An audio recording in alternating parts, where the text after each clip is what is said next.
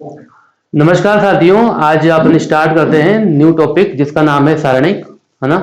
तो ऑलमोस्ट ये मैट्रिक्स है, सारणिक है, व्युत्क्रम मैट्रिक्स है, ये आपस में एक दूसरे से रिलेटेड होते हैं टॉपिक, है ना। तो स्टार्ट करते हैं अपन सारणिक।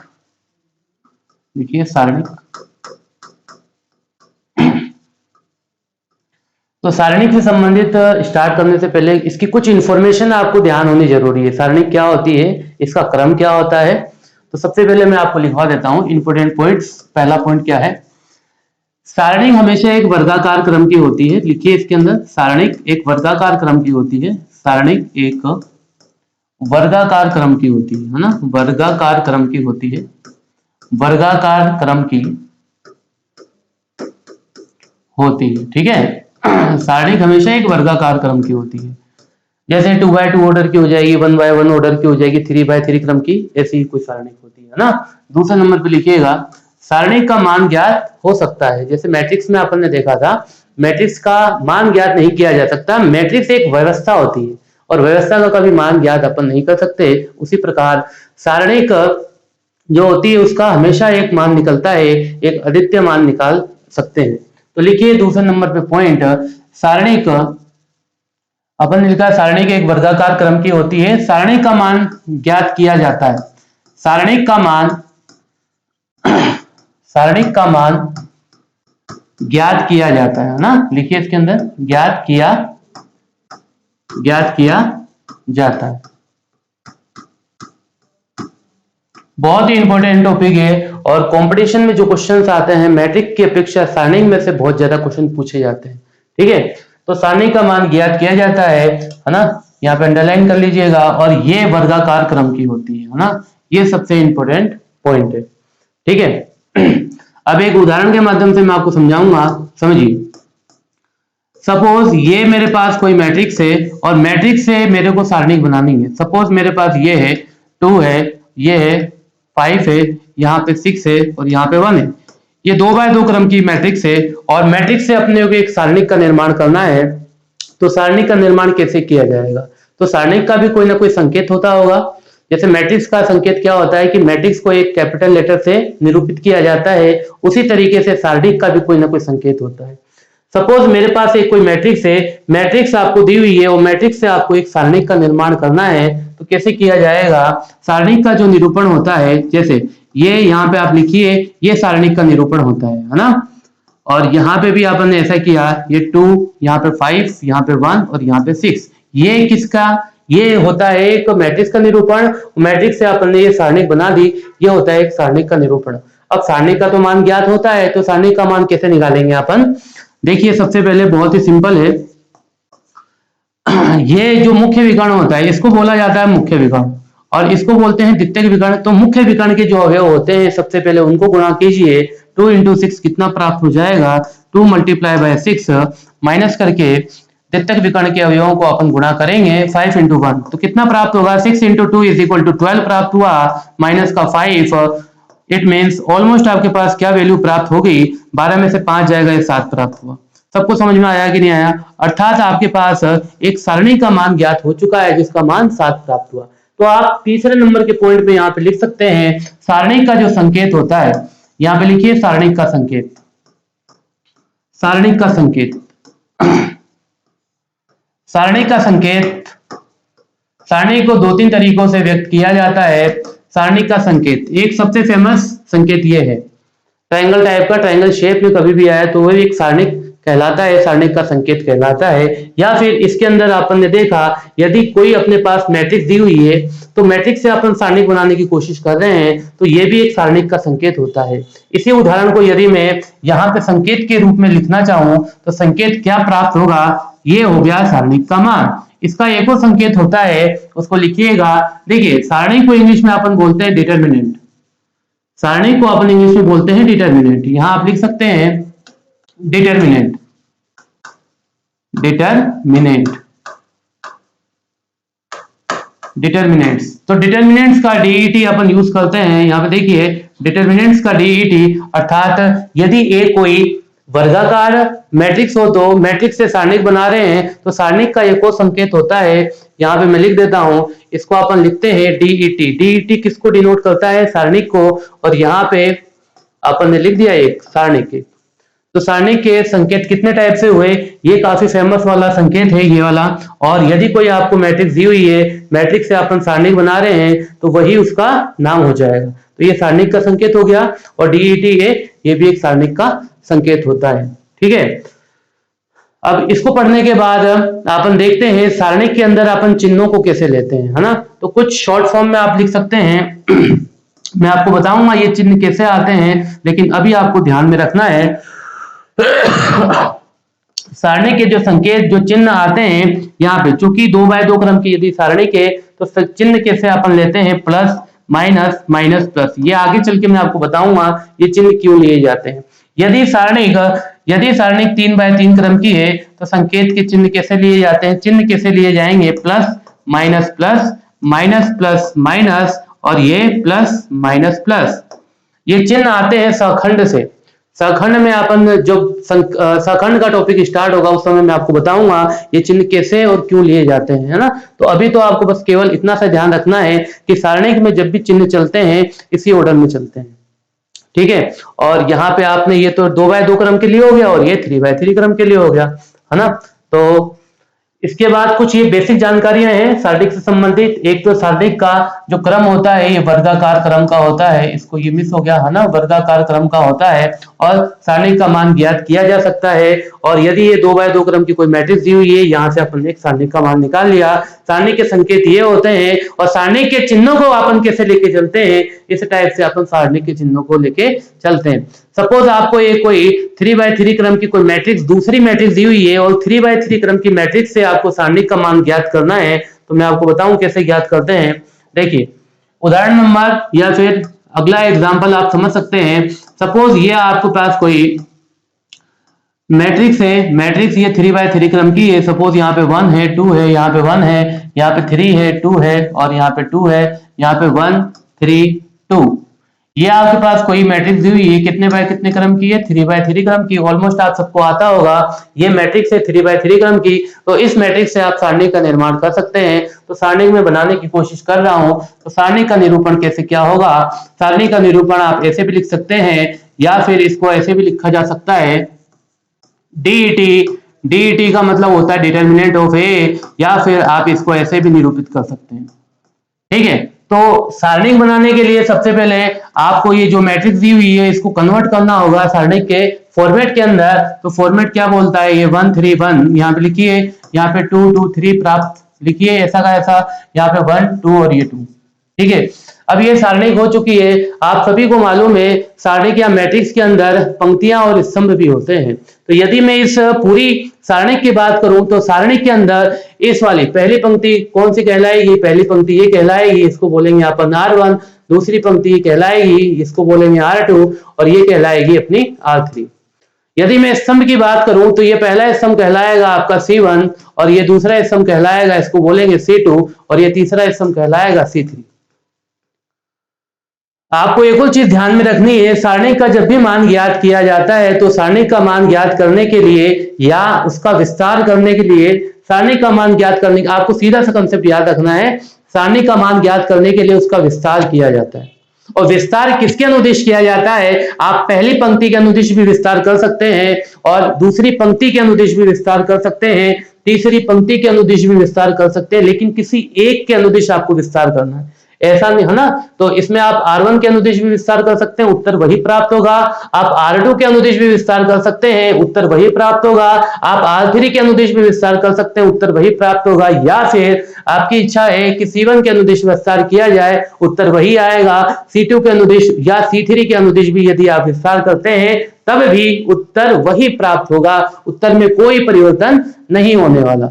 तो सबसे पहले आपको ध्यान रखना है कि सारणिक का विस्तार किसी एक के अनुदिश ज्ञात करना है। ठीक है, तो इस पूरी सारणिक का मैं विस्तार करने की कोशिश कर रहा हूं। आपको अभी मैंने पिछले पेज में समझाया था सारणी की, यदि ये 3x3 क्रम की होती है तो चिन्ह कैसे लिए जाते हैं, इसकी प्रोसेसिंग में आपको बाद में बताऊंगा, ये चिन्ह क्यों आते हैं, कैसे आते हैं। लेकिन अभी आपको चूंकि सारणी का मान ज्ञात करना है तो कुछ समय के लिए आपको इसको ध्यान रखना जरूरी है।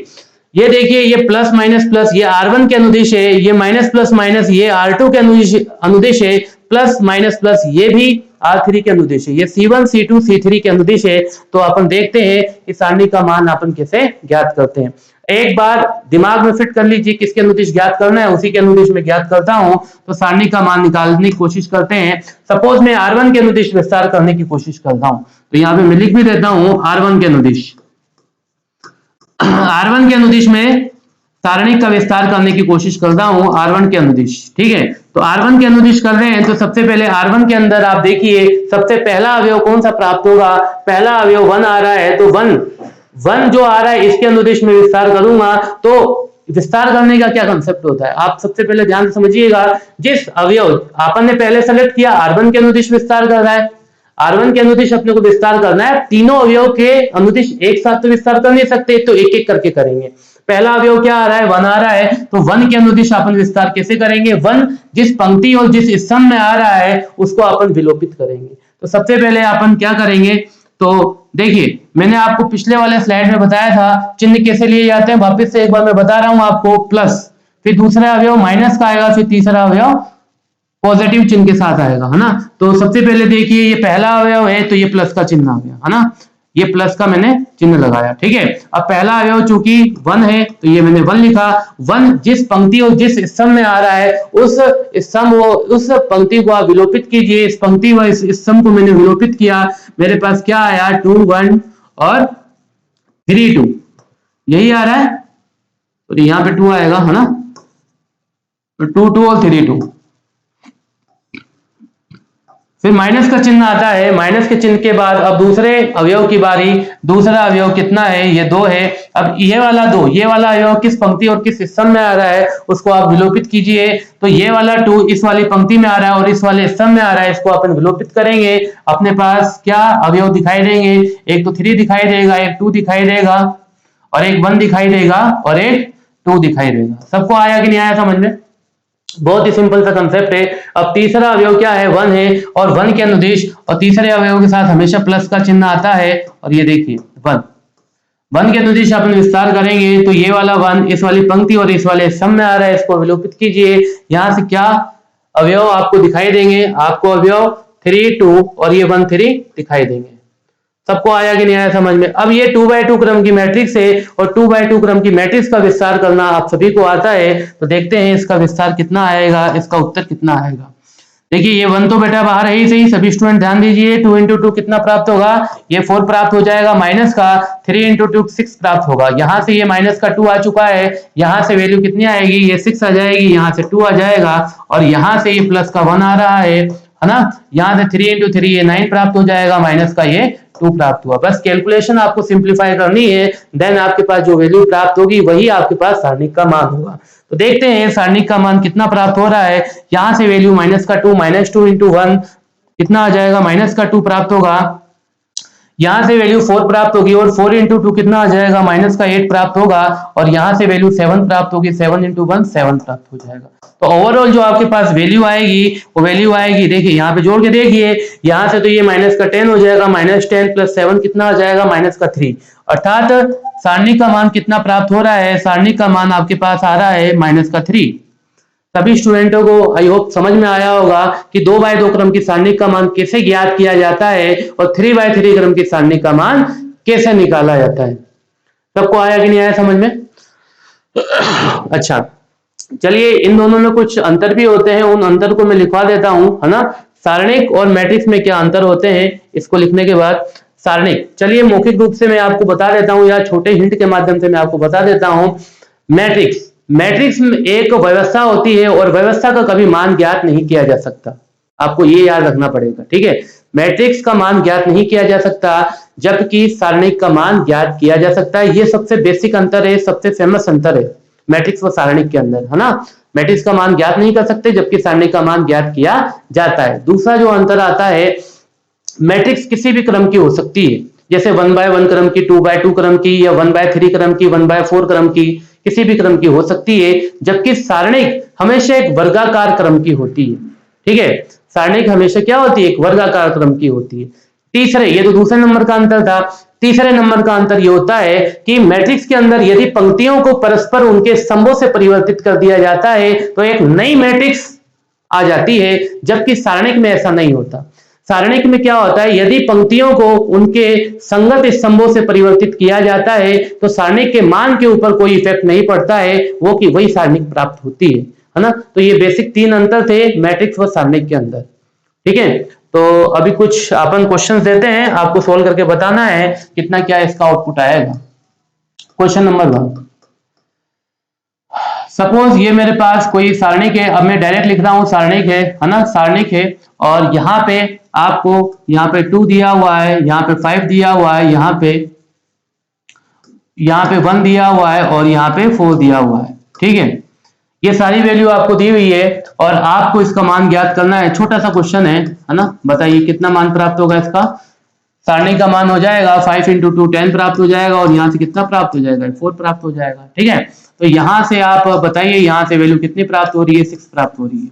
ठीक है, अच्छा एक और डाउट जो बच्चों के मन में होता है, जनरली बच्चे करते नहीं है, इसी प्रश्न को मैं लेता हूं, है ना, और इसी प्रश्न को मैं, एक तो मैंने R1 के अनुदिश विस्तार करके बताया, अब इसी प्रश्न का आउटपुट में C1 के अनुदिश भी, ये C3 के अनुदिश भी विस्तार करके बता देता हूं, उत्तर वही आएगा। उत्तर में कहीं कोई परिवर्तन नहीं होने वाला। तो इस प्रश्न को अपन अगले पेज पे नोट कर लेते हैं और इसी प्रश्न को अपन C3 के अनुदिश एक बार और विस्तार करके देखते हैं। उत्तर यही प्राप्त होना चाहिए, जिससे स्टूडेंट के मन में जो भय होता है कि C1 के अनुदिश करेंगे तो क्या उत्तर आएगा, C3 के अनुदिश यदि विस्तार हो जाए तो क्या उत्तर आएगा, उत्तर वही आना है, उत्तर में कोई चेंज नहीं होता है। तो इसी प्रश्न को मैं लेता हूं, और ये तो मैंने R1 के अनुदिश आपको विस्तार बताया है ना, और इसी प्रश्न को मैं C1 के अनुदिश बताने की कोशिश करूंगा। तो इस प्रश्न को मैं नोट करता हूं 1 to 1। क्या लिखा हुआ है, दूसरे नंबर का पेज, तीसरा। इसी प्रश्न को मैं यहाँ पे ले लेता हूं, है ना। क्वेश्चन नंबर जो इसका पिछला प्रश्न था, तो क्या लिखा हुआ था यहाँ पे 1 2 1 था, और देख लेते हैं क्या लिखा हुआ था, 3 2 2, यहाँ पे 3 2 2, और कितना है यहाँ पे 132, है ना, ये 132 आ रहा है। ये पूरी सारणी के, अब मैं C3 के अनुदिश इसको विस्तार करने की कोशिश कर रहा हूं। उस वाले प्रश्न में उत्तर -3 प्राप्त हुआ था। अब देखते हैं C3 के अनुदिश विस्तार करने पे क्या प्राप्त होता है। आपको सबसे पहले चिन्हों का ज्ञान होना अति आवश्यक है। चिन्ह ज्ञान नहीं है तो आप क्वेश्चन में गड़बड़ जरूर करेंगे। चिन्हों के लिए मैं आपको वापस से बताने की कोशिश करूंगा। चिन्ह ऐसे चलते हैं, C3 के अनुदिश चिन्ह कैसे चलेंगे, प्लस माइनस प्लस। तो अपन देखते हैं C3 के अनुदिश अपन विस्तार करते हैं। तो C3 के अनुदिश में सबसे पहले अपन देखते हैं, C3 के अनुदिश में पहला अवयव कौन सा आएगा, पहला अवयव 1 आ रहा है, तो ये अपन, चूंकि ये प्लस का चिन्ह लेगा, भाई ये तो फॉर्मूले का चिन्ह हो गया ना प्लस, है ना। और अवयव क्या है, अवयव चूंकि 1 है, 1 किस पंक्ति में आ रहा है और किस स्तंभ में आ रहा है उसको विलोपित कीजिए। 1 इस वाली पहली पंक्ति और तीसरे स्तंभ में आ रहा है, इसको विलोपित करेंगे तो क्या अपने पास अवयव प्राप्त होंगे, अपने पास आएगा यहाँ पे 3 2 1 3। अब दूसरे नंबर पे ऋणात्मक का चिन्ह आता है, अपन ने ऋणात्मक से चिन्ह लगाया। अब इस 2 के अकॉर्डिंग, इस 2 के अकॉर्डिंग अपन विस्तार करेंगे। तो ये वाला 2 जिस पंक्ति में आ रहा है और जिस स्तंभ में आ रहा है उसको विलोपित कीजिए। ये वाला 2 एलिमेंट अपन ने लिख दिया, तो विलोपित होगा तो कितना अवयव प्राप्त होगा, यहाँ पे 1 2, और यहाँ पे कितना हो जाएगा, विलोपित कीजिए 1 2, और ये 1 3 आ रहा है। ठीक है, अब तीसरे अवयव के अनुदिश, तीसरा अवयव चूंकि प्लस वाला चिन्ह लेगा, और तीसरे अवयव के अनुदिश इस वाली पंक्ति और इस वाले स्तंभ को हटाइए, इतना उत्तर आएगा। इसमें अवयव कौन कौन से आ जाएंगे, 1 2 3 2, 1 2, और यहाँ पे 3 2। ठीक है, 1 2 3 2। सबको आया कि नहीं आया समझ में। अब देखते हैं विस्तार करके उत्तर क्या प्राप्त होता है। -3 ही आना चाहिए, क्योंकि उस प्रश्न में -3 ही उत्तर प्राप्त हो रहा था। यहाँ पे देखते हैं, यहाँ 3 × 3 9 प्राप्त हो जाएगा, और ये 2 आया, माइनस का 2 आ रहा है। यहाँ पे 1 × 3 1, यहाँ पे 3 प्राप्त होगा और ये 2 प्राप्त होगा। यहाँ पे देखते हैं ये 2 आ रहा है और यहाँ पे 2 प्राप्त होगा, और यहाँ पे 3 × 2 6 प्राप्त होगा। देखते हैं यहाँ पे वैल्यू कितनी, यहाँ पे 7, और 7 × 1 7 प्राप्त हो जाएगा।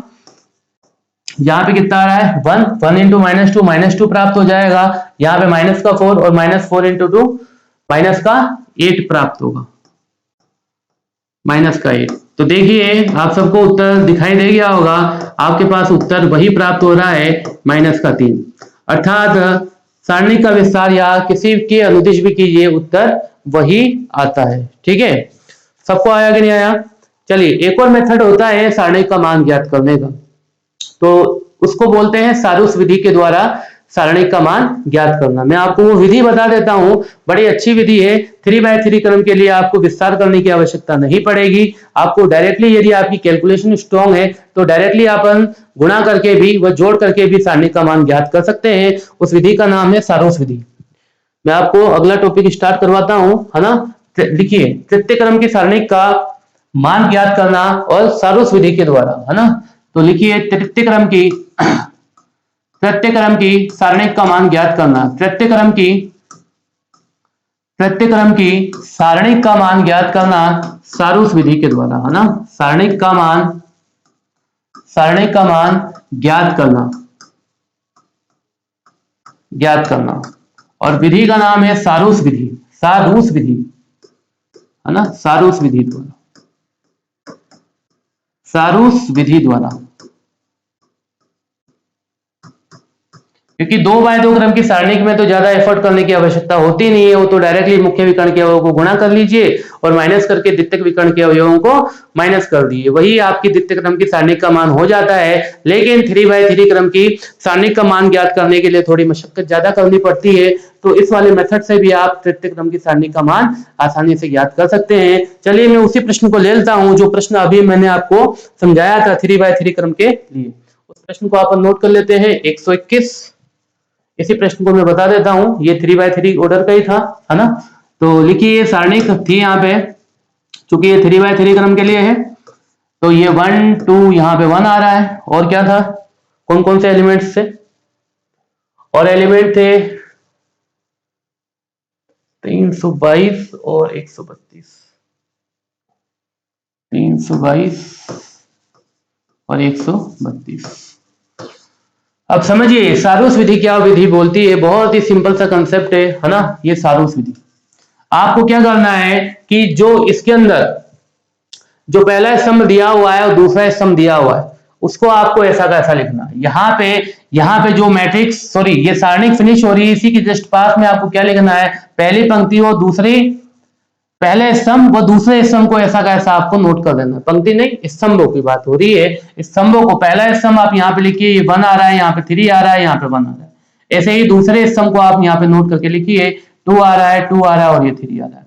अब आपको क्या करना है अच्छा ये बताइए पहला अवयव कहां से चालू हो रहा है, पहले अवयव की पोजीशन क्या है? पहले अवयव की पोजीशन ये है ना। तो पहले अवयव की पोजीशन ये है, तो इनके जो एलिमेंट्स आ रहे हैं इनको आपको गुणा करना है। समझ में आ रही है मेरी बात? इनको गुणा करना है, फिर प्लस का चिन्ह लगाना है। फिर यहां से देखिए ये जो दूसरा एलिमेंट चालू हो रहा है, इनको आपको क्या करना है, गुणा करना है और आपस में परस्पर जोड़ना है। ठीक है, ऐसे ही तीसरा एलिमेंट यहां से चालू हो रहा है, इनको आपको क्या करना है, गुणित करना है, देन आपको जोड़ना है। क्या प्रोसेसिंग रहेगी, वो प्रोसेसिंग में आपको बता देता हूं। सारणी का मान के लिए आप क्या करेंगे, मैंने अभी आपको बताया कि पहला एलिमेंट जहां से चालू हो रहा है, चूंकि ये यहां से चालू हो रहा है, इन अवयवों को आपस में परस्पर गुणा कीजिए। यदि आप बेसिक कंसेप्ट की बात करें तो बेसिक कंसेप्ट 1 आ जाएगा, यहां से गुणा का चिन्ह लगाइए, 2 इंटू यहां से 2 आया, फिर प्लस का चिन्ह आपको लगाना है। ऐसे ही दूसरा एलिमेंट जहां से चालू हो रहा है, तो यहाँ पे 2 इंटू 2 इंटू 1, यहाँ पे आप लिख सकते हैं 2 मल्टीप्लाई बाय 2 मल्टीप्लाई बाय 1। ऐसे ही प्लस यहां से तीसरा एलिमेंट यहां से चालू हो रहा है, 1 मल्टीप्लाई बाय 3 मल्टीप्लाई बाय 3, तो यहां से आप लिख सकते हैं 1 मल्टीप्लाई बाय 3 मल्टीप्लाई बाय 3। तो ये तो हो गई जो स्टार्टिंग वाले है। मतलब एक ऐसी सोच आप सोच सकते हैं कि ये एरो का साइन ऊपर से नीचे की तरफ आ रहा है, इन सभी का अपन ने मल्टीप्लाई किया, देन एडिशन किया इसके साथ, देन एडिशन किया इसके साथ।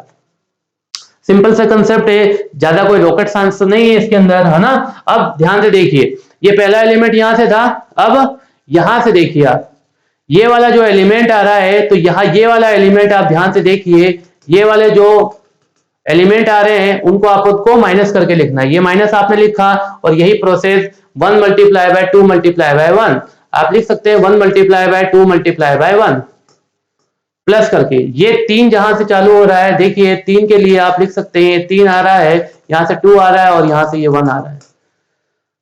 तो इनके अवयवों को गुणा कीजिए, है ना। तो इनके अवयवों को अपन गुणा करेंगे, कितना प्राप्त हो रहा है 3 मल्टीप्लाई बाय 2 मल्टीप्लाई बाय 1, और यहां से एक और एलिमेंट यहां से आ रहा है, एक और लाइन अपने को बनानी है, यहां से ये 2 आ रहा है, 2 मल्टीप्लाई बाय कितना प्राप्त हुआ, यहां से सारी value 2 multiply by 3 multiply by 2, अर्थात यहां से वैल्यू आ जाएगी 2 मल्टीप्लाई बाय 3 मल्टीप्लाई बाय 2।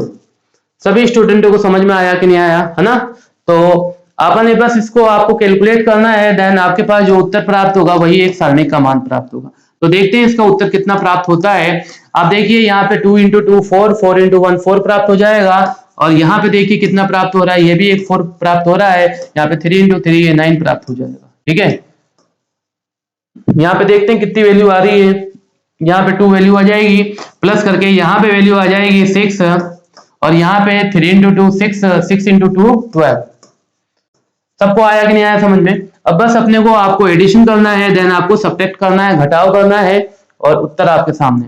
यहाँ पे देखिए कितना आ रहा है, 4 और 4 8, 8 और 9 कितना हो जाएगा 17, ये 17 आ रहा है, माइनस का माइनस, इस पूरे ब्रैकेट का मान कितना आ रहा है, यहां से वैल्यू कितनी आ रही है 12 और 6 कितनी 18 हो जाएगी, 18 प्लस 2 कितना हो जाएगा 20 हो जाएगा। यहां से देखिए उत्तर मेरे हिसाब से आपको मालूम चल गया होगा, उत्तर कितना आ रहा है -3। अर्थात सारूस जो विधि है 3/3 क्रम के लिए बिल्कुल परफेक्ट है। आपको फिर चिन्हों का ध्यान नहीं रखना है, आपको सिर्फ गुणा करना है, और पहली जो स्तंभ है वो दूसरे स्तंभ को आपको लिखना है, और इनके विकर्णों को परस्पर गुणा करना है, वही आपके पास एक सारणिक का मान वो भी आपको दे सकती है। सभी स्टूडेंटों को आया कि नहीं आया समझ में, है ना। इसको नोट कर लीजिए पॉज करके वीडियो, और नया टॉपिक अभी अपन स्टार्ट करते हैं।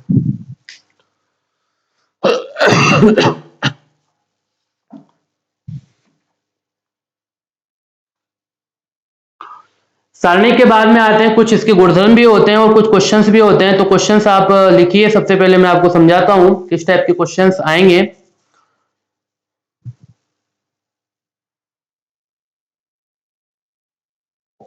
लिखिए क्वेश्चन, ये बिल्कुल बेसिक क्वेश्चन है, आपको सारणी दी हुई है, और चलिए सारणी में डायरेक्ट लिख देता हूं। ये xy दिया हुआ है, यहाँ पे 2 और 4 दिया हुआ है, इज इक्वल टू 0 दिया हुआ है, और आपको फाइंड करना है x अनुपात y का मान ज्ञात करना है। x अनुपात y ज्ञात कीजिए। बहुत ही बेसिक क्वेश्चन है, मतलब जो शुरुआत होती है ना, शुरुआत बिल्कुल यहीं से होती है, बिल्कुल जीरो लेवल से अपन स्टार्ट करने की कोशिश करते हैं, जिससे कमजोर से कमजोर भी स्टूडेंट भी हो उसको भी बिल्कुल अच्छे से क्लियर वे में उसको पूरा समझ में आए, है ना। आपको जाना है बिल्कुल जीरो लेवल से बिल्कुल 100% लेवल तक के, है ना। जब भी आप उससे क्वेश्चन बनेंगे एग्जाम के अंदर, है ना, मतलब कंसेप्ट आपको बिल्कुल सारे ध्यान होने जरूरी है। तो ये छोटे लेवल का क्वेश्चन है ना। तो बताइए कितना उत्तर क्या प्राप्त होगा इस पूरे प्रश्न का जो आंसर आएगा। देखिए मुख्य विकर्ण के ये चूंकि 2/2 क्रम की है, तो डायरेक्टली आप गुणा कर सकते हैं, 4 इंटू एक्स, ये 4x हो जाएगा, और यहां से कितना 2y प्राप्त होगा इज इक्वल टू 0, है ना। बिल्कुल सिंपल है ना। तो इसको आप थोड़ा इसको मैं चेंज कर देता हूं, तो 4x इज इक्वल टू कितना प्राप्त होगा, इस 2y को अपन उस वाले पक्ष में लेके जाएंगे, प्लस में परिवर्तित होगा, 2 के पहाड़े से ये कितना कैंसिल आउट हो जाएगा, 2x इज इक्वल टू कितना आ जाएगा y। क्योंकि यहां से भी आप शॉर्टकट की फॉर्म में कर सकते हैं। देखिए यहां से एक और विधि है, आपको x और अनुपात y ज्ञात करना है। इसका मतलब होता है x अपॉन y, अनुपात का मतलब भी क्या होता है, डिवाइड करना। तो यदि आप x के अपॉन में यदि आप y को लाना चाहेंगे, तो इस 2 के अपॉन में आप 4 लेके आइए, तो यहां से वैल्यू कितनी आ जाएगी आपके पास, x upon y is equal to 2 की टेबल से ये 1 टाइम, और 2 की टेबल से ये 2 टाइम। इट मींस आपके पास जो वैल्यू आई x ratio y is equal to आपके पास क्या प्राप्त हुआ, 1:2। यही आपका उत्तर हुआ। सबको आया समझ में, है ना। तो ये तो बिल्कुल बेसिक क्वेश्चन हो गया, है ना। एक और क्वेश्चन लिखिए, एक और क्वेश्चन यही मैं आपको लिखवा देता हूं। देखिए एक सारणी का आपको दी हुई है, question number 2, x minus 1, x minus 2, x minus 3, और ये x इज इक्वल टू 0। इस पूरी आपको सारणी का मान ज्ञात करना है। बी केयरफुल, आपको ध्यान से इस पूरे को कैलकुलेट करना है, जल्दीबाजी नहीं करनी है। अच्छा, सारणी का मान ज्ञात करना, अर्थात यहाँ पे एक चर है, चर क्या है, चर का नाम है x। कभी भी इस टाइप की कभी भी कोई भी प्रश्न आ जाए तो सबसे पहले चरों की वैल्यू ज्ञात कीजिए, क्योंकि मान तो चरों का ही निकलता है, या तो सारणी का निकलेगा, है ना। इसके अंदर चूंकि चर है तो चर का मान प्राप्त होगा। तो सबसे पहले ये 2x2 क्रम की कोई मैट्रिक्स है, सॉरी सारणिक है, तो सारणिक का आप सभी को आता है गुणा किया जाता है। सबसे पहले मैं क्या करूं, ये x-1 का मल्टीप्लाई मैं किससे करूंगा, x-3 से करूंगा, है ना। और ये माइनस चिन्ह आ जाएगा, x का मल्टीप्लाई मैं करूंगा x-2 से इज इक्वल टू 0। अब देखते हैं इसका कैलकुलेशन करने के बाद इसका आउटपुट क्या प्राप्त होता है। देखिए यहाँ पे x इंटू 1 ये x स्क्वायर, बिल्कुल मैं बेसिक से कैलकुलेशन बता रहा हूँ जिससे सभी स्टूडेंटों को समझ में आ जाए। x का मल्टीप्लाई 3 से कीजिएगा तो ये 3x प्राप्त होगा, -1 का मल्टीप्लाई x से कीजिएगा माइनस का x, माइनस माइनस प्लस ये 3 प्राप्त होगा। बी केयरफुल, यहाँ पे आपको थोड़ी सावधानी बरतनी है, नहीं तो क्वेश्चन में मिस्टेक हो जाएगी। आपको सावधानी क्या बरतनी है, यहाँ पे ब्रैकेट लगा लीजिए, देन इसका मल्टीप्लाई आप कीजिए। x इंटू एक्स ये एक्स स्क्वायर प्राप्त हो जाएगा, माइनस का ये 2x प्राप्त होगा इज इक्वल टू 0। अब देन देखो स्टूडेंट गलती क्या करते हैं, ये ब्रैकेट की गलती यहीं पे करते हैं। ब्रैकेट नहीं लगाओगे तो पूरा मामला बिगड़ जाएगा। बिगड़ेगा कैसे, ये माइनस का माइनस ही जिंदा रह जाएगा और वो कैलकुलेशन में फिर मिस्टेक होती चली जाएगी। आपको क्या करना है, जहां पे भी माइनस आ रहा है वहां पे आपको सावधानी से निकलना है। बी केयरफुल, क्योंकि माइनस ही पूरी इक्वेशन को बिगाड़ सकता है ना। तो सबसे पहले देखते हैं आप, हम कैलकुलेशन करेंगे। x का स्क्वायर माइनस का ये तो 4x प्राप्त हुआ, ये प्लस का 3 प्राप्त हो जाएगा, माइनस का x square minus minus plus हो जाएगा और ये 2x इज इक्वल टू 0। अब देखते हैं x स्क्वायर चूंकि कुछ भी नहीं है तो ये धनात्मक राशि हुई, x स्क्वायर ऋणात्मक है तो ये आपस में परिवर्तित सॉरी कैंसिल आउट हो जाएंगे। ये कुछ ज्यादा ही कट गया है ना।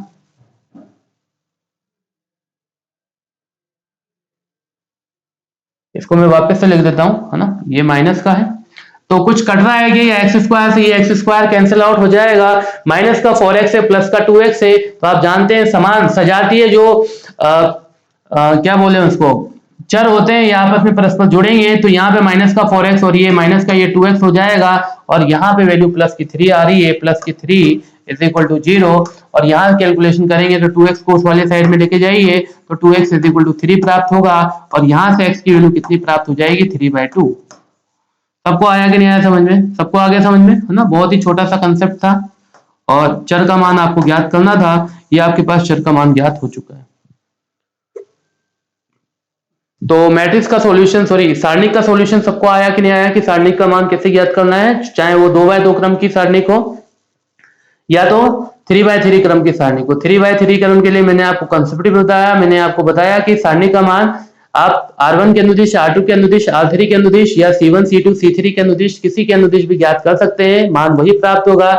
या 3x3 क्रम की सारणिक के मान के लिए अपन ने एक और विधि देखी जिस विधि का नाम था सारोस विधि। ठीक है, और कुछ क्वेश्चंस, चलिए सारणिक के बारे में कुछ और इंफॉर्मेशन आप देख लेते हैं। सारणिक के इसके जस्ट बाद में आते हैं सारणिक के गुण। अच्छा एक और इंपॉर्टेंट चीज चलिए मेरे को बिल्कुल ध्यान में आ गया, उसको मैं आपको बता देता हूं, है ना। छोटा सा कंसेप्ट है और छोटे छोटे कंसेप्ट से मिलकर ही एक बड़े कंसेप्ट का निर्माण होता है ना। तो देखिए आपन ने अभी चर्चा की 2x2 क्रम की सारणिक का मान और 3x3 क्रम की सारणिक का मान। सपोज 1x1 क्रम की कोई सारणिक आ जाए, छोटा सा प्रश्न है ना, वैसे पूछना नहीं चाहिए, है ना। आप भी पूछेंगे, आप भी सोचेंगे इतना छोटा क्वेश्चन। सपोज यहाँ पे एक कोई सारणिक है, ये सारणिक 3 है, तो इस पूरे की वैल्यू आप क्या बताएंगे, है ना। सपोज ये कोई सारणिक है, तो चलिए मैं क्वेश्चन ही लिख देता हूं इसको, है ना। सपोज ये मेरे पास कोई मैट्रिक्स है और मैट्रिक्स है मेरे पास, इसके अंदर ये चूंकि ये 1x1 क्रम के मेरे पास मैट्रिक्स है तो इसका पूरा मान बताइए। इस पूरे का मान, कोई स्टूडेंट बोलेगा सर ये तो बहुत सिंपल है, इस पूरे का मान सारणी का मान कितना प्राप्त होगा, 3 ही प्राप्त होगा। बिल्कुल सही, बिल्कुल करेक्ट, लेकिन मैं आपको जो समझा रहा हूं ना वो अगली स्टेप में आएगा।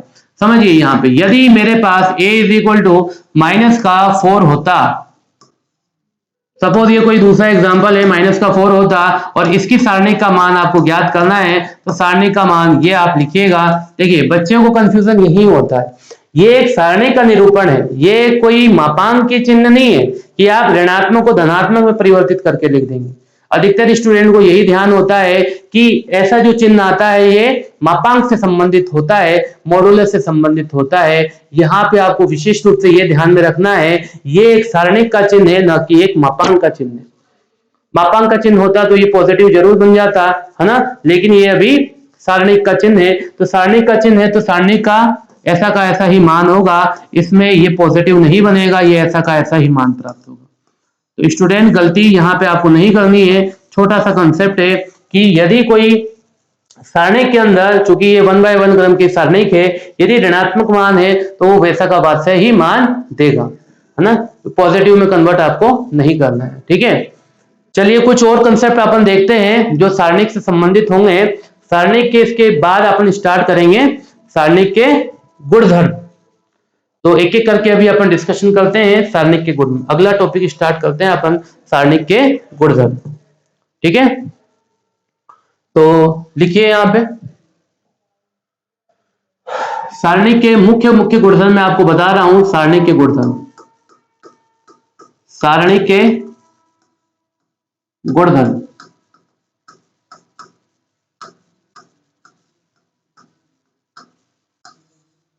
सारणिक के गुणधर्म लिखिए, पहले नंबर पे लिखिए जो सबसे फेमस गुणधर्म है, यदि सारणिक में, मैंने आपको स्टार्टिंग में भी बताया था, यदि किसी सारणिक में पंक्तियों को उनके संगत स्तंभों में आसानी से परिवर्तित किया जा सकता है, सारणिक के मान के ऊपर कोई फर्क नहीं पड़ता। इसको मैं आपको उदाहरण से भी सिद्ध करके बताऊंगा।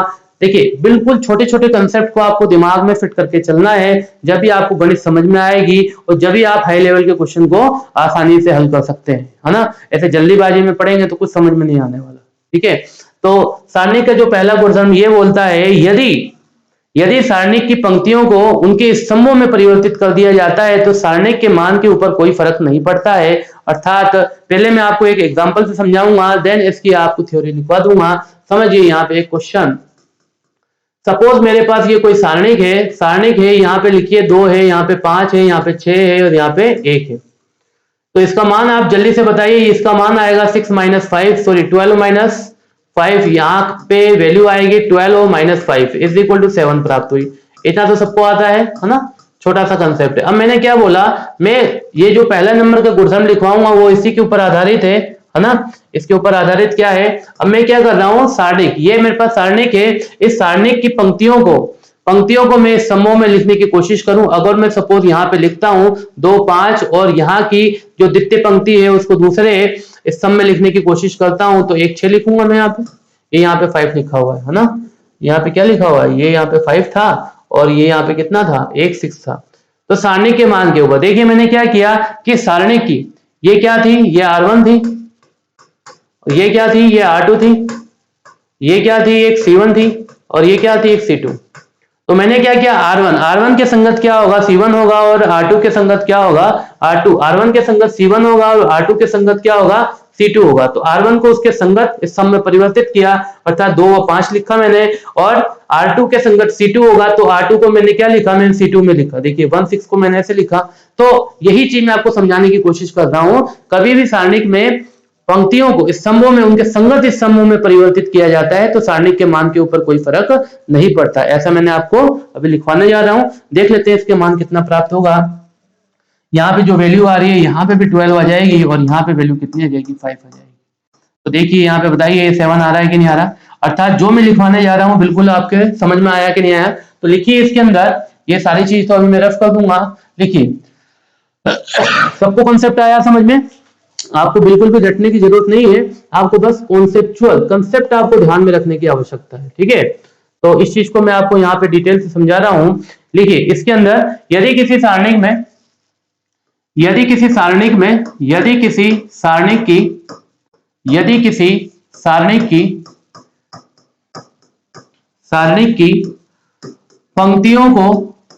सारणिक की पंक्तियों को उनके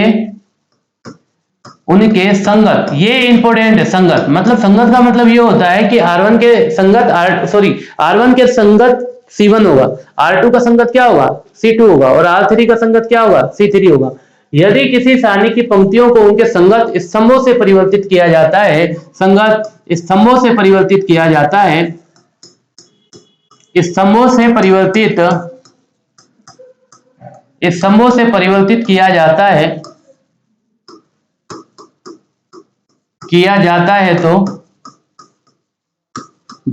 तो सारणिक के मान के ऊपर कोई फर्क नहीं पड़ता, अर्थात सारणिक का मान यथावत रहता है, सारणिक के मान के ऊपर, सारणिक के मान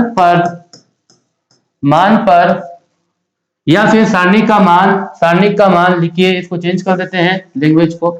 सारणिक का मान अपरिवर्तित रहता है, सारणिक का मान अपरिवर्तित रहता है, अपरिवर्तित रहता है। ठीक है, सबको आ गया होगा समझ में, अपरिवर्तित रहता है। मैंने आपको एग्जांपल से देके समझाया, उस एग्जांपल को आप नोट कर सकते हैं, कोई दिक्कत नहीं है ना। दूसरे नंबर पे लिखिएगा, दूसरे नंबर, अच्छा यहाँ पे आप गणितीय रूप में आप ऐसे लिख सकते हैं, गणितीय रूप में आप यदि लिखना चाहें, है ना, क्योंकि आप नोट्स बनाएंगे अच्छे से, तो यहाँ लिख सकते हैं ये A1 है, ये B1 है, ये C1 है, ये A2 है, ये B2 है और ये C2 है। ये क्या है, ये A3 है और ये B3 है और ये C3 है। तो ये 3x3 क्रम की कोई सारणिक हो गई, है ना। और इसी सारणी, भाई सारणी का कोई ना कोई मान तो होगा ही सही, तो इसी सारणी को मैं इसके बराबर भी लिख सकता हूँ। यहाँ पे मैं लिख सकता हूँ A1 B1 C1, A1 B1 C1, यहाँ पे मैं लिख सकता हूँ A2 B2 C2 और यहाँ पे मैं लिख सकता हूँ A3 B3 C3, A3 B3 और ये C3। सबको आया कि नहीं आया, है ना। तो पहली पंक्ति को उनके संगत, पहली पंक्ति को पहले स्तंभ से परिवर्तित किया और दूसरी पंक्ति को दूसरे स्तंभ से परिवर्तित किया, तीसरी पंक्ति को तीसरे स्तंभ से परिवर्तित किया। सारणी के मान के ऊपर कोई फर्क नहीं पड़ता। समझ में आया आप सबको। तो पहले नंबर का गुणधर्म आई होप सभी स्टूडेंटों को समझ में आ गया होगा। दूसरे नंबर के गुणधर्म को अपन देखते हैं कि क्या गुणधर्म बोलता है। दूसरे नंबर को गुणधर्म को नोट कीजिए। सारणिक लिखिए, सारणिक, यदि किसी सारणिक में लिखिए, यदि किसी सारणिक में, यदि किसी सारणिक में, यदि किसी सारणिक में परस्पर, ये परस्पर जो वर्ड है ना, ये बहुत इंपॉर्टेंट है। परस्पर का मतलब होता है पास पास, है ना। यदि किसी सारणिक में परस्पर दो पंक्तियों, अच्छा जब मेरी पंक्तियों की बात हो रही है तो कॉलम में मैं दो स्तंभ लिख सकता हूं, या दो स्तंभों को,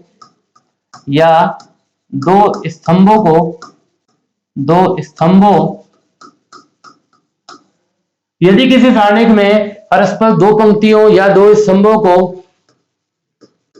को परिवर्तित किया जाता है तो, परिवर्तित किया जाता है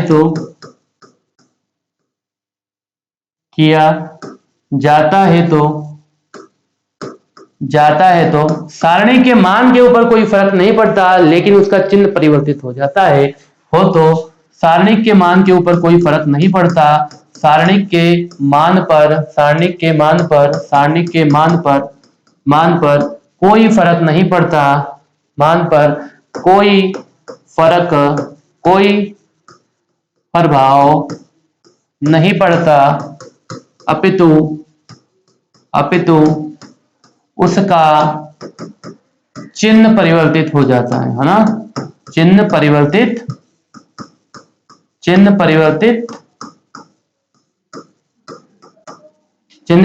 हो जाता है।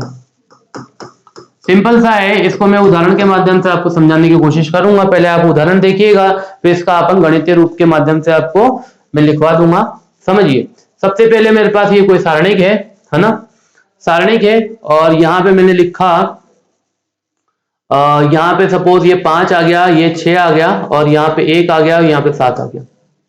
या फिर छोटा एक उदाहरण कर लेते हैं, यहाँ पे आप 3 कर दीजिए और यहाँ पे 1 ले लीजिए, है ना। तो ये सारणिक है, तो सारणी का मान आप निकाल सकते हैं डायरेक्टली, क्योंकि छोटे एग्जाम्पल से में क्या फर्क पड़ता है कि डायरेक्टली कैलकुलेशन आपको कंसेप्ट जल्दी से समझ में आ जाता है। तो 5 × 3 यहाँ पे 15 प्राप्त हो रहा है, यहाँ पे 7 × 1 ये 7 प्राप्त हो जाएगा। बताइए इसका मान कितना आ रहा है, बताइए इसका मान कितना आ जाएगा। इसका मान आ जाएगा, ये तो 15 आ गया और ये 7 आ गया, कितना आ रहा है, इसकी वैल्यू 8 प्राप्त हो रही है, क्या 8 प्राप्त हो रही है ना। इसका मान कितना आया, इसका मान 8 आया। अब मैंने आपको गुणधर्म में क्या लिखवाया कि यदि किसी सारणिक की परस्पर दो पंक्तियों को, यदि परस्पर इस पंक्ति को इस पंक्ति से यदि मैं परिवर्तित कर दूं तो जो उत्तर मेरे पास आएगा वो उत्तर 8 ही होगा, लेकिन उसका चिन्ह परिवर्तित होगा।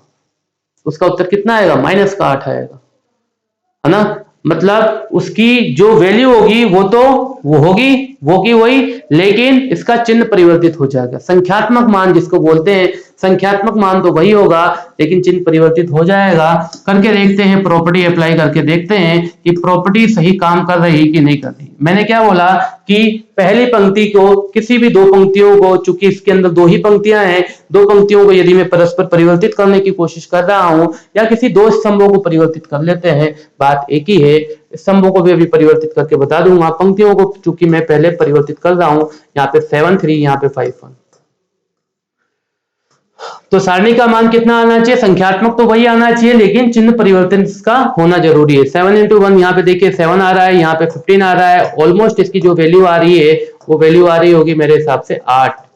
अब देखिए, अर्थात जो गुणधर्म मैंने आपको पढ़ाया वो बिल्कुल परफेक्ट है कि नहीं है। अच्छा, अभी तो अपन ने परस्पर दो पंक्तियों को परिवर्तित कर लिया, अपन स्तंभों को परस्पर परिवर्तित करके देखते हैं, उत्तर वही आना चाहिए, -8 ही प्राप्त होना चाहिए।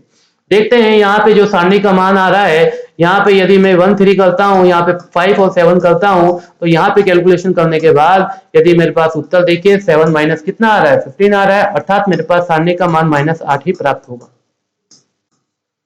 सबको समझ में आया कि नहीं आया? अर्थात ये जो चीज मैंने लिखवाई है आपको कि परस्पर दो पंक्तियों को परिवर्तित या परस्पर दो स्तंभों को परिवर्तित किया जाता है तो संख्यात्मक मान वही रहता है लेकिन चिन्ह परिवर्तित हो जाता है। तो यहाँ पे आप लिख सकते हैं सारणी के इक्वल टू ये हो जाएगा, ये A1, ये B1, ये C1, ये कुछ भी लिख सकते हैं, A1 B1, यहाँ पे A2 B2 आप लिख सकते हैं, ये A2, यहाँ पे B2 आ रहा है ना। तो यहाँ पे लिखिए, एक तो ये हो गया, तो इसका जो मान आएगा, इसका भी जो भी मान आएगा, अब मैं इन दोनों को परिवर्तित करके लिख रहा हूं, इन दोनों को, क्योंकि जब परिवर्तित होगा है ना, तो ये मैंने del1 से डिनोट कर दिया। यहाँ पे मैंने क्या लिखा, ये A1 लिख दिया, यहाँ पे B2 लिख दिया और यहाँ पे A1 B1, सॉरी यहाँ पे A1 B1 लिखिए, यहाँ पे A1 और ये B1 आ जाएगा, है ना। कुछ गड़बड़ लिख दिया क्या? सही है, A2 और ये B2। संख्यात्मक मान वही रहेगा लेकिन चिन्ह परिवर्तित हो जाएगा, है ना। आई होप सबको समझ में आया होगा। दूसरे नंबर का गुणधर्म, है ना। तीसरे नंबर का गुणधर्म और नोट कर लीजिए, है ना। तीसरे नंबर का गुणधर्म और नोट करवा देता हूं। तीसरे नंबर का गुणधर्म ये बोलता है, यदि किसी सारणिक में, ध्यान से सुनिएगा, सबसे इंपॉर्टेंट है, यदि किसी सारणिक में कोई भी दो पंक्तियां, कोई भी दो हो, है ना, आपस में पास होनी जरूरी नहीं है, कोई भी दो पंक्तियां यदि एक समान है या फिर समानुपाती हैं तो उस सारणिक का मान 0 प्राप्त होता है। कोई भी दो पंक्तियों की बात करूं या दो स्तंभों की बात करूं, है ना, तो यदि वो एक समान है या परस्पर समानुपाती है तो वे सारणी का मान कितना देंगी? 0 देंगी। ठीक है, आई होप सबको समझ में आया होगा। नहीं आया होगा तो अभी मैं आपको समझाने की कोशिश करूंगा। देखिए, तीसरे नंबर का गुणधर्म है, मैं आपको पहले गणितीय रूप इसका समझा देता हूं, देन इसको मैं आपको थ्योरेटिकल लिखवा दूंगा। तो लिखिएगा, मैंने अभी आपको बताया, यदि किसी सारणिक में दो पंक्तियां परस्पर समान होती हैं, या फिर समानुपाती होती हैं। समानुपाती का कंसेप्ट भी काफी इंपॉर्टेंट है। तो देखिए, यहाँ पे सपोज यहाँ पे 2 है, यहाँ पे 5 है, ये 2 है, 5 है, तो ये परस्पर मैंने समान ले ली, R1 R2 के समान है।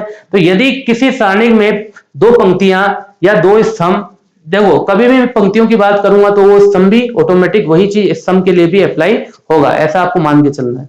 तो यदि मैं पंक्तियों की बात कर रहा हूं, यदि दो पंक्तियां यदि एक समान है या समानुपाती है तो सारणी का मान 0 है। देखिए, ये दो पंक्तियां आपस में परस्पर समान है, अर्थात इसका जो मान प्राप्त हो रहा होगा वो 10 ही आएगा। देखते हैं अभी अपन, इसका मान 5 into 10 और यहाँ पे भी 10, कितना मान प्राप्त हो रहा है? यहाँ पे 0 मान प्राप्त हो रहा है। ऐसे आप लिख सकते हैं। ठीक है, समझ में आया? इसी चीज को मैं दूसरे वे में लिखवाने की कोशिश करता हूं। सपोज मेरे पास कोई दूसरा एग्जांपल है और यहाँ पे ये 2 आ गया और ये 5 आ गया और यहाँ पे कितना आ रहा है? 6 आ रहा है और ये 15 आ रहा है। समझ में आया कि नहीं आया सबको, है ना। तो यहाँ पे भी जो मान प्राप्त होगा, यहाँ पे भी मान 0 है। क्यों? क्योंकि ये 1 जो है ना, ये जो R1 है ना, R1 को यदि मैं 3 से गुणा करने की कोशिश करता हूं तो मेरे पास ये आएगा कि नहीं आएगा? अर्थात ये पूरा जो पहली पंक्ति है ये समानुपाती किसके है? इसी के तो समानुपाती है, क्योंकि पहली पंक्ति को यदि मैं 3 से गुणा करूंगा, पहली पंक्ति के अवयवों को, पूरे अवयवों को यदि मैं 3 से गुणा कर दूंगा तो ये पूरी राशि मेरे पास प्राप्त होगी। अर्थात ये जो पहली पंक्ति है ये जो पहली पंक्ति है ये समानुपाती किसके है, ये समानुपाती दूसरी पंक्ति के, अर्थात पूरी सारणी का मान आप क्या लिख सकते हैं, डायरेक्टली 0 लिख सकते हैं।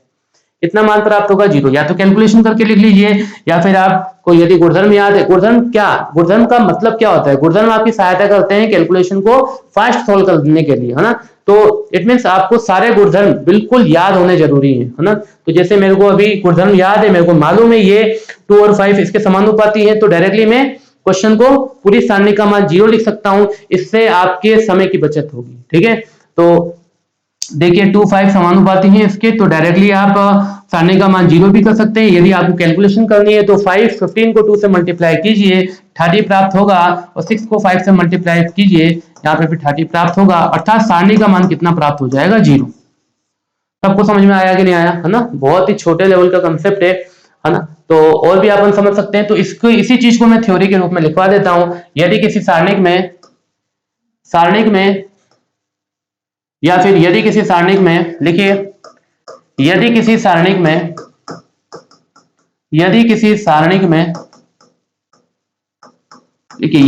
सारणिक में दो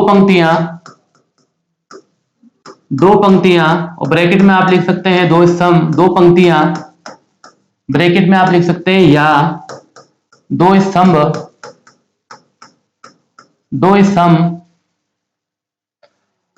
परस्पर एक समान या समानुपाती होते हैं,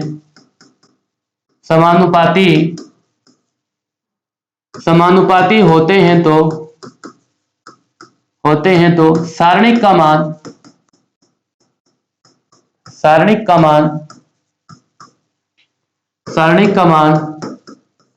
0 प्राप्त होता है,